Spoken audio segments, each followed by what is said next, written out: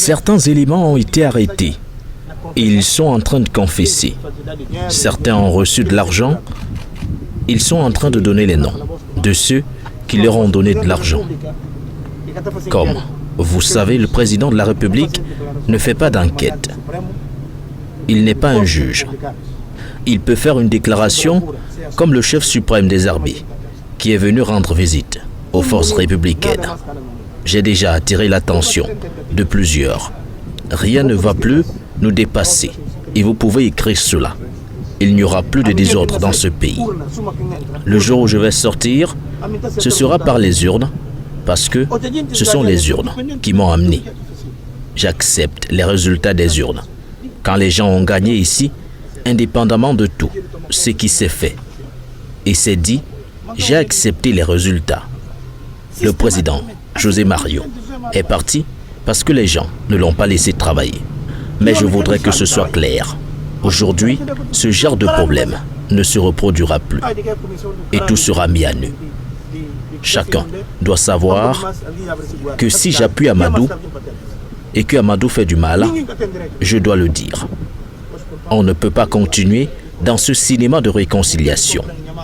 C'est quel type de réconciliation que les gens veulent? Avec ces histoires de commission de réconciliation où les gens ne sont pas vrais. Le jour où quelqu'un parlera encore de cette histoire de réconciliation, il m'aura en face. Mais vous pouvez déjà comprendre ma colère. Je ne suis pas une machine. Le président Nino a été assassiné dans ce pays. Et le mot réconciliation a été brandi. Aujourd'hui, Nino est un héros national après Amilcar Cabral. C'est Nino comme héros national. Ça ne veut pas dire qu'on aime Nino forcément. Mais ceux qui étaient derrière ça, c'était des hommes politiques. Comme j'ai dit, quand ils ont pris l'argent et se sont partagés, ils n'ont rien donné aux enfants des familles indigentes.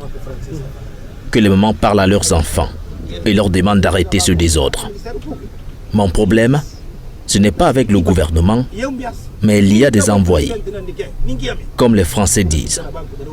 Et nous allons établir toutes les responsabilités. Que tu sois président de quoi, dès que ton implication est avérée, tu iras en prison. Chacun va assumer ses responsabilités. Ce que je peux vous dire, c'est que les forces républicaines sont à féliciter. Elles ont réagi avec promptitude. Il y a des blessés qui ont été évacués au Sénégal. Cependant, il y a des bandits qui sont décédés. Pendant cette opération, je ne me soucie pas d'eux. On dit dans notre langage, la prévention, c'est aussi la défense. Ma seule préoccupation, c'est de donner les instructions au chef d'état-major, parce qu'il était connu de tous que les ministres convoqués par la justice s'y trouvaient. On ne peut pas extirper les ministres convoqués de cette façon entre les mains de la police judiciaire. J'ai donné les instructions pour qu'on les ramène. On a vu ces gens mettre Souleymane Sidi en première ligne. Est-ce que ces ministres sont des militaires? Rassurez-vous, personne n'échappera à la loi. Je vous donne cette semaine. Celui qui pense qu'il fera le désordre, il verra. C'est un coup d'État qui avait été bien planifié. Nous avons suivi cela de très près. Nous avons des écoutes téléphoniques. Nous avons des messages.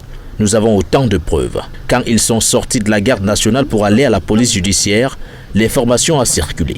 Je crois qu'il y a une commission d'enquête qui travaille, tout comme le tribunal militaire.